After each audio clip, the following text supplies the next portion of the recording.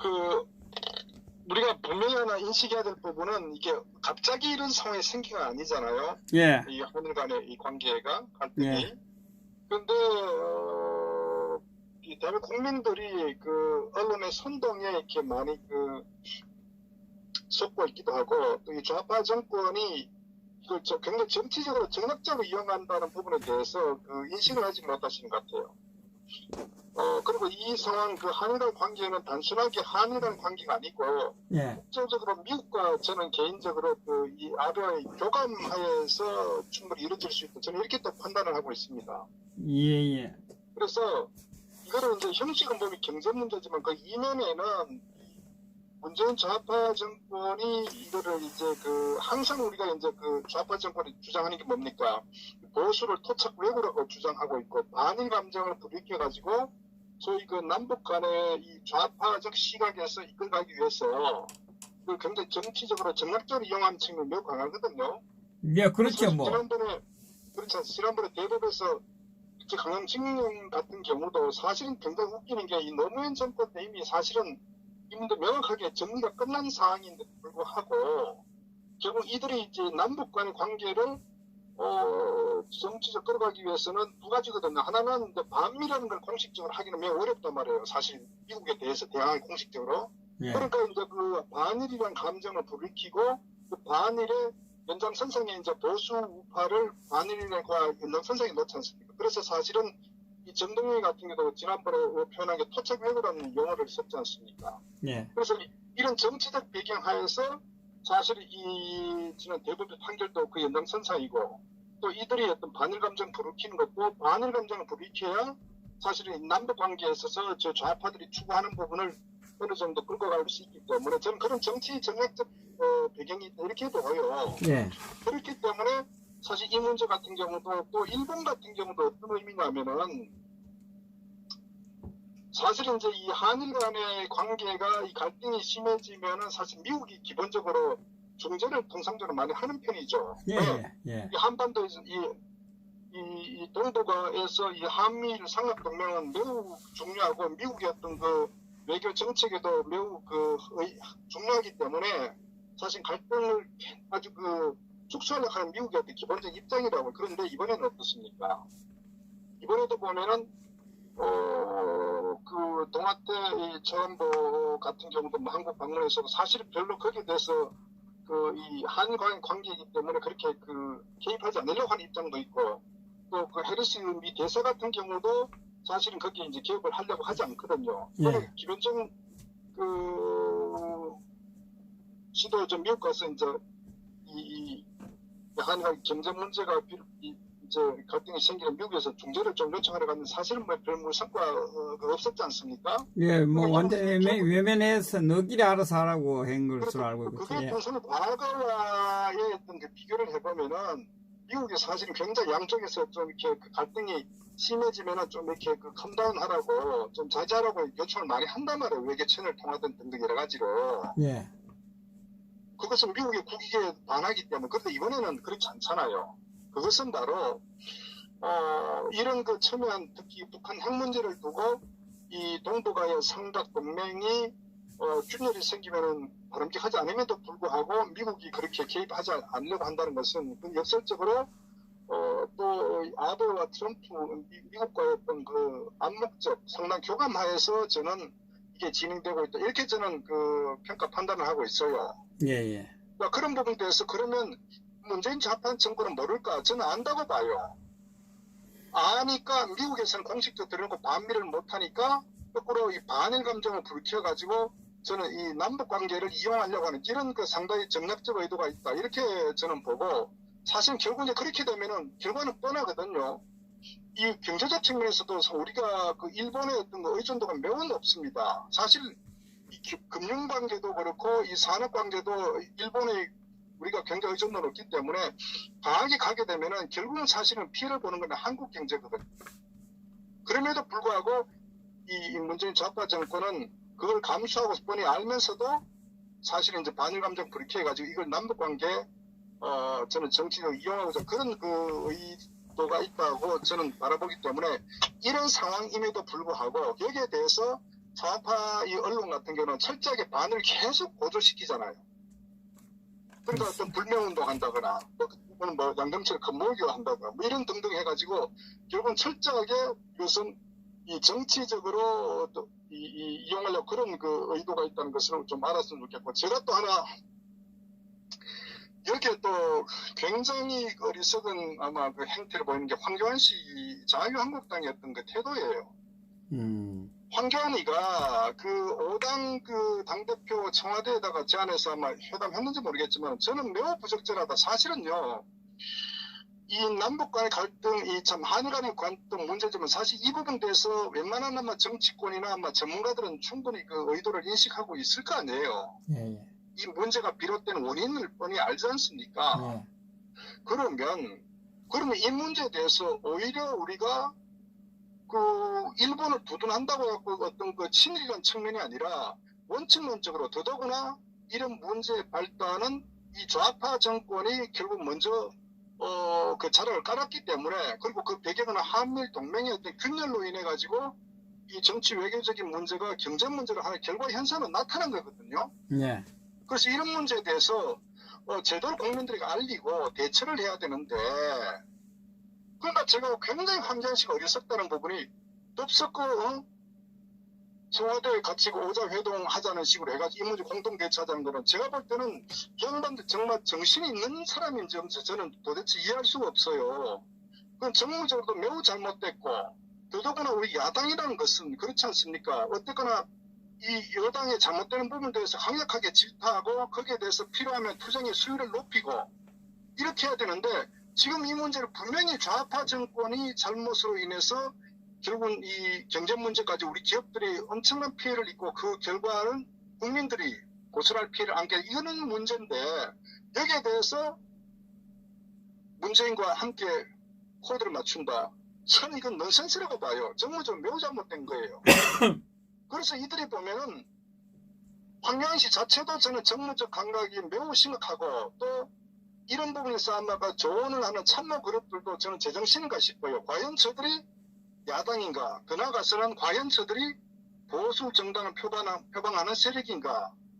저는 정말 그 이해할 수 없는 부분이에요. 정말 이 상황일 때 오히려 국민들에게 알리고 이 좌파 정권의 무능함, 어떤 반일 감정을 불이켜가지고 결국은 어떤 그 김정은을 어떤 관계 어떤 그 이거를 저들의 어떤 정치적으로 이용하는 이런 부분에 대해서 저는 명확하게 좀 지적하고, 필요하면은 더 어떤 투쟁의 강도를 높여야 되는데 저는 도대체 이해할 수 없다. 그래서 사실 어떤 현재 대한민국의 현 상황을 보면은 이 무능한 좌파 정권도 굉장히 심각하지만은 그 부분에 대해서 정말 얼마나 정치적 호재가 많습니까? 그럼에도 불구하고 거기에 대해서 강력한 지적이나 투쟁은커녕 문재인이하고 같이 오자회동한다. 저는 코미디 같아요. 이런 세력들이 있으니까 대한민국이 이렇게 한꺼번에 같이 무너지는 거예요. 사실 이 문제가요, 문재인이가 지금 현재 일본 강공대응한다 가지고 사실 현실적으로 국제 정치 외교적 측면에서도 현재 한국은 완전히 외교적 고립된 상태고 힘도 없는 상태고, 더더구나 미국이 지금 전 세계를 완전히 그 어떤 그 쥐잡히려 하는 상황에서 가장 가까운 파트너가 미국의 일본 아닙니까? 예. 이 상황에서 일본하고 대적한다? 우리한테 실익이 뭐가 있을까요? 결국 안 그래도 사실 경제 문제가 완전히 지금 거의 뭐 파괴된 상태인데, 더더구나 일본이 경제적 보복을 확대한다고 가정하면은 어떤 결과가 나오겠습니까? 뻔하잖아요. 예. 결국 이것은요, IMF를 훨씬 당기는 그런 저는 굉장히 심각한 어떤 악수가 된다. 저는 이렇게 보는 거예요.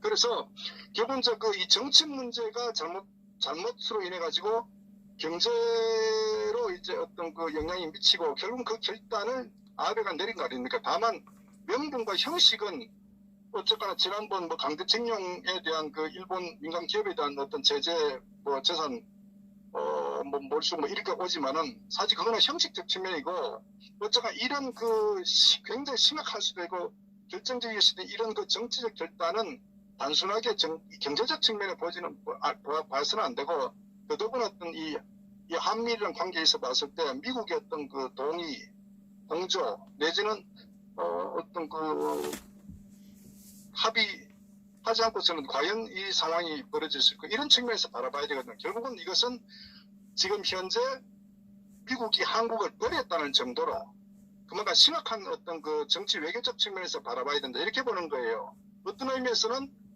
2017년 18년도에 이 문재인 좌파 정권이 북한에 이 퍼주기하고 또 불법 환적에 대한 상당히 개입된 흔적을 지울 수가 없거든요. 그거 아마 저는 그런 모든 정보 정황에 대해서 미국의 CIA도 충분히 인식하고 있고 일본도 아마 알고 있을 거예요. 그렇기 때문에 사실 해상 감시를 강화한 이유도 거기에 있는데 그럼 그 부분에 대해서 미국은 불만을 많이 갖고 있었지만은 사실 그게 만약에 뭐 중국이나 다른 데 같으면 소위 뭐 세컨더리 보이콧 지정하고 할 수도 충분히 있음에도 불구하고 이런 그 한미 동맹의 어떤 그 외교적 파장 때문에 저는 미국이 상당히 인내했었다. 그런데 그 부분에 대해서 결국은 일본이 자락을 깔아한 거 아니냐. 저는 뭐 그런 부분에 있어서 트럼프 정부도 상당히 동의한 일종의 뭐 문재인 길들이기 내지는 한국을 버린 뭐 저런 그런 하나의 결과로서 나타나는 현상이다. 저는 이렇게 판단하고 있기 때문에 이 문제를 단순하게 일본의 어떤 그 일본 정부의 한국 반도체 부품 수출 규제에 대한 측면에 국한할 게 아니라 한국의 외교가 굉장히 고립됐고 그게 이제 돌이킬 수 없는 어떤 그런 상황까지도 좀 치닫고 있는 하나의 그런 결과와 현상으로 우리가 인식해야 이 문제를 바라볼 수 있지. 저는 그렇지 않으면은 결국은 우리는 외교적으로 완전히 점점 더 심각하게 뭐 고립될 뿐만 아니라 이제는 아마 경제 산업 전반적으로 확대되게 되면 금융까지 일본에서 결국은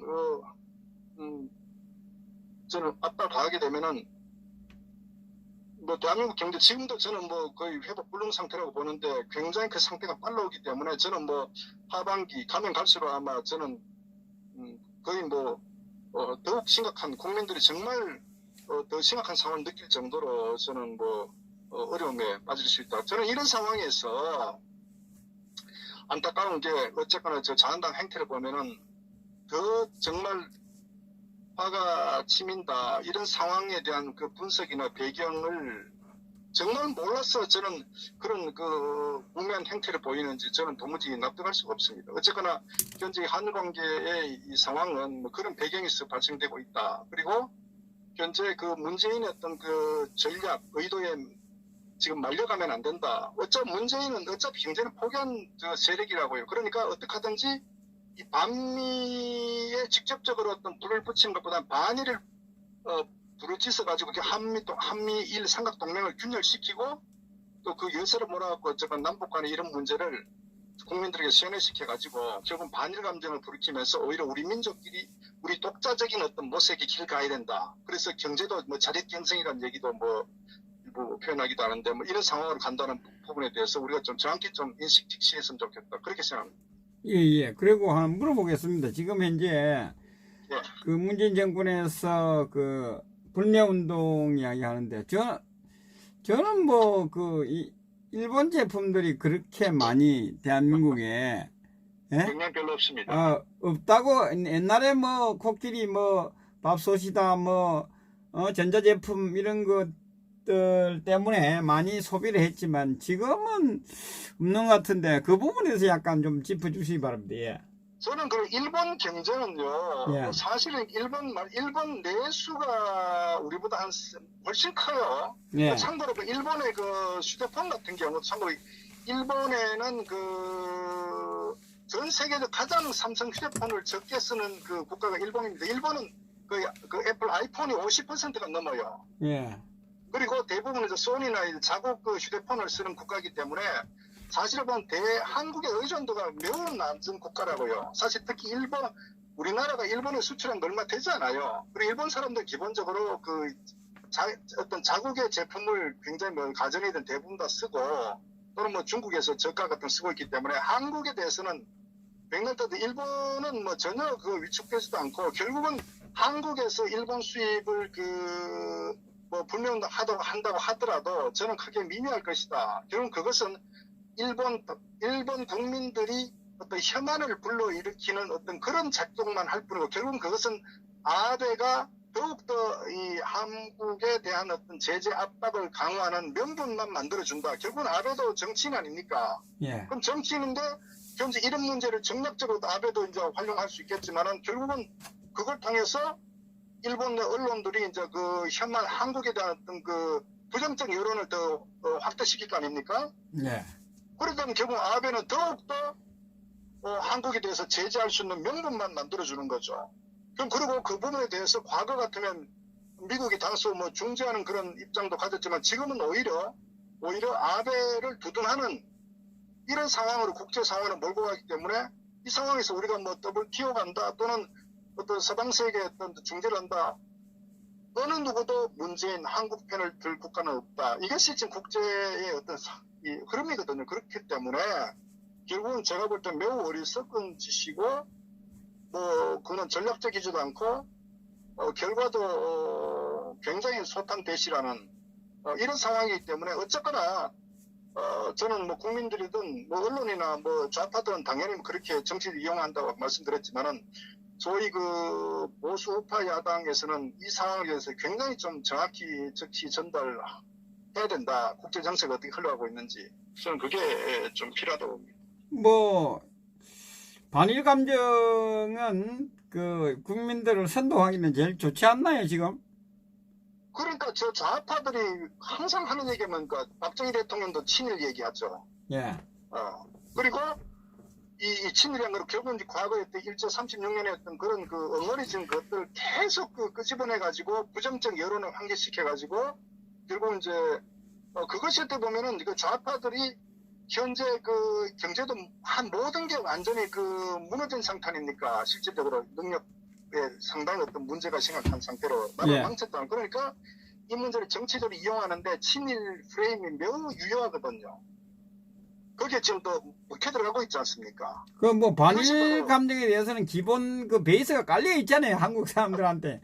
거기에다가 기름을 붓는 태가 아닙니까 지금 그러니까 정치적으로 이용한다고 했지 않습니까? 예. 그러니까 저들이 모든 그 국가를 망친 어떤 그런 폐에 대해서 그거를 덮는 방법 중에 하나가 그냥 친일 프레임을 씌워가지고 더욱더 강공으로 몰고 나가거든. 그게 정치적으로 저들이 노리는 하나의 그 노림수가 이 부분이거든요. 그거에 대해서 어쨌거나 제가 볼 때 결국 이렇게 가면 어떤 결과가 벌어지느냐. 어느 누구도 우리나라 편들 사람도 국가도 없다. 결국은 그렇게 되면은 일본 아마 아베는 마음 놓고 경제적으로 아마 제재를 강화시킬 거예요. 그리고 일본이라는 나라는요. 매우 치밀하게 사전에 준비합니다. 그 시나리오를 ABCD 시뮬레이션도 많이 돌리고 하기 때문에 뭐 했다고 그러는 것 같아요. 당연하죠. 일본이라는 나라는 굉장히 그 어떤 그 결단 내릴 때 굉장히 신중하고 꼼꼼하고 사전 철저한 준비 정말 그런 그 상황을 만든 후에 어떤 의사결정 내리는데 결국은 일본이 그렇게 칼을 빼들었다는 얘기는 제가 볼 때는 여러 가지 어떤 그 모든 분석은 끝이 났다. 결국은 이제 그 결과도 일본은 충분히 알고 있고 가장 중요한 것은 트럼프가 뒤에 든든하게 받치고 있다. 이것을 저는 아베가 상당히 그 자신감을 갖는 이유 중에 하나다. 저는 이렇게 봅니다. 결국은 이렇게 갈수록 일본 언론은 한국에 대한 반감을 더 강화시키기 때문에 결국은 뭐냐? 결과는 뻔하죠, 뭐. 예, 그러니까 뻔하다고요. 지금 그 한국은 뭐 학김에 지금 여론을 그 하기 위해서 했지만 일본은 지금 이야기 보니까 뭐 3년 정도 준비를 하고 있는 것 같아요. 그리고 이 수출 수입 이 부분은 큰 문제가 없는 것 같고 한국하고 일본이 그런데 그 결과는 그거 아니겠습니까? 그 외환 부분에서 우리 대한민국이 결정적인 어떤 타격을 입는 그런 결과를 초래할 것 같은데 그 부분에 말씀 좀 해주세요. 예. 그 대한민국 경제는 절대적으로 이제 그 무역에 의존하지 않습니까? 예. 그리고 대한민국의 주식시장에 그 상당 부분은 외국 자본이 들어가 있거든요. 예. 그리고 대한민국 경제는 그 우리하고 일본하고 경제 구조가 뭐가 다르냐면은 한국 같은 경우는 이제 완제품 수입을 많이 한다면 가공을 해서. 예. 그래서 사실 부품을 가져와가지고 뭐 중국에서 가공해서 역수출한다거나 하는 반면에 일본의 어떤 수출 경제는 대부분도 보면 그 원부자재 원료라고 말해요. 그것은 사실 기술력을 바탕으로 한 그 수출 산업 구조거든요. 예. 그러니까 일본 입장에 봤을 때는 뭐 물건을 쓰는데 말씀드렸던 수입을 하는데 한국 거 수입하지 않고 뭐 워낙 그 뭐 유럽이든 미국이든 중국이든 다 선택 여지가 있기 때문에 예. 사실 뭐 한국에 대해서 거의 영향을 받지 않아요. 반대로 한국은 일본의 어떤 그 핵심 부품들 같은 거 수입하지 않으면은 완제품 가공하는데 매우 경제적인 영향을 받는다고요. 그렇다면은 결과는 뻔하지 않겠어요? 자, 그런데다가 이 금융 같은 부분도 말씀드렸다시피 결국은 한국의 경제 산업이 무너지게 되면은 주식 어떤 그 기업들의 그 실적이 악화될 거 아닙니까? 예. 기업 실적 악화되면 어떻게 돼요? 주가가 빠지겠죠. 그리고 예. 한국의 산업 자체가 힘들어지면 자본이 빠져나가지 않겠어요. 외국 투자 자본이. 예. 그럼 결국은 한국의 금융 위기가 급격히 오는데 사실 일본의 자본도 한국에 많이 들어와 있다고요. 예. 그래서 옛날 IMF 때 97년 IMF 때도 한국 외환이 빠져나갈 때 그 한국 정부에서 일본에다가 긴급 그 외환을 요청을 했다고요. 그런데 미국에서 그때 일본에다가 그 한국에 지원하지 말라고 했단 말이에요. 그러니까 단기 외채가 빠져나가면서 IMF 한 거거든. 지금도 사실은 저 일본 경제, 한국 경제 규모가 워낙 다르고 결국 말씀드렸다시피 어떤 그 국제 이 금융 시장에서도 일본인 나라 한국은 비교가 안 될 정도로 뭐 여러 가지 우리나라 이 금융 부분도 매우 취약하거든요. 예. 우리나라 국제 금융이 아니거든요. 예. 그러니까 제가 봤을 때는 이런 결국 이 산업 자체가 무너지면서 제가 볼 때는 뭐 일본 쪽에서 금융 부분도 결국은 아마 그 영향을 아마 고려도 충분히 하고 있을 겁니다. 뭐 그래서 그 이번 게임은요, 뭐 해소한다고 그러는 것 같던데. 네? 자금을 해소한다고 일본에서는 지금. 충분히 그러니까 그 부분 시나리오에 따라서 한국의 대응하는 강도에 따라서 그러니까 1차, 2차, 3차를 이렇게 수위를 높여가겠죠. 예. 그리고 그렇게 했을 때 제가 볼 때 연말 못 버텨요, 한국은. 저는 그렇게 봅니다.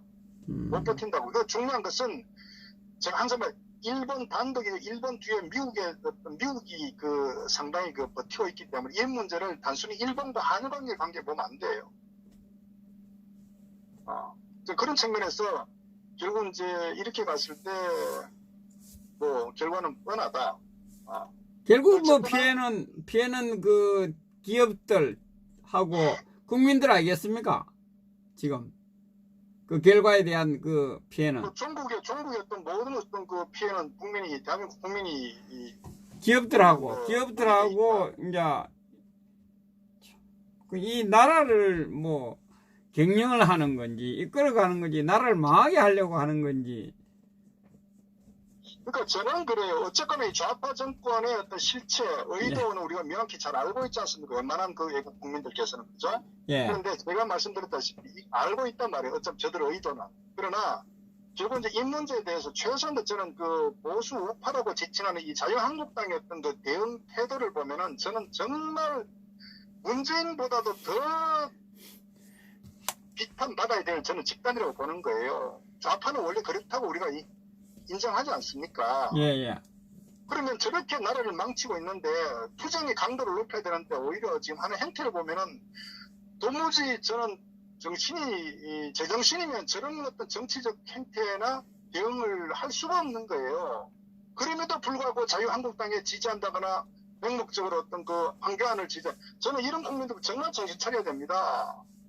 누구든 간에 잘못하면은 강력한 비판하고 잘하면 칭찬해야 되죠. 그런데 그 이유도 없이 맹목적 지지, 칭찬 이것은요 결국은 공멸하는 너무나 어리석은 어떤 그 행태예요. 그것은 지금은요 예. 문재인 좌파 좀 끌어내리기 위해서 왜 이대로 두면 대한민국은 몰락하고 회복 불능 상태이기 때문에 결국은 뭐냐 선거 그때까지 가면 대한민국 망해요. 지금도 이미 망했지만 그러면 어떻게 되느냐 하루빨리 문재인 좌파 정권을 끌어내려야 되는 거예요. 끌어낼 방법은 저는 선거를 통해서 끌어내면 안 된다고 보면 왜 너무 시간이 안 돼요.